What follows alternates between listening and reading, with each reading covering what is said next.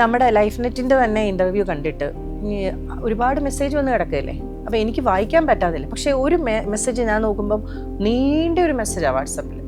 ഞാനിങ്ങനെ നോക്കുമ്പോഴത്തേക്കിനെ ഒരു SLE പേഷ്യൻ്റാണ്, ഈ ഓട്ടോ ഇമ്മ്യൂൺ ഡിസീസാണ്. അപ്പം എനിക്കത് കണ്ടപ്പോൾ ഭയങ്കര സങ്കടം തോന്നി. ഞാനത് മുഴുവൻ വായിച്ചു. ഞാനപ്പോൾ തന്നെ ആ കുട്ടിയെ വിളിച്ചു. അപ്പോൾ അതൊട്ടും എക്സ്പെക്റ്റ് ചെയ്തിട്ടില്ല നമ്മൾ വിളിക്കും. അപ്പം ഞാൻ വിളിച്ച് സംസാരിക്കാൻ തുടങ്ങി.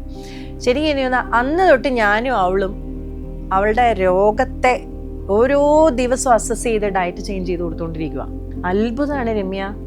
ഞാൻ 27 ദിവസം കഴിഞ്ഞ് അവളുടെ സ്കിന്നിന് വന്ന മാറ്റം വിശ്വസിക്കാൻ പറ്റില്ല നമുക്ക്. ഞാൻ രാത്രി ഇവരോട് ചോദിച്ചാൽ ഞാൻ ഉറക്കത്തിൽ ഡയറ്റ് പറയുമായിരുന്നു, ഉറക്കത്തിൽ ഓരോരുത്തരുടെ കേസ് പറയുമായിരുന്നു. ഞാൻ ഡിസ്റ്റർബ്ഡ് ആയിട്ട് ഞാൻ ആളുടെ എണ്ണം കുറച്ചു.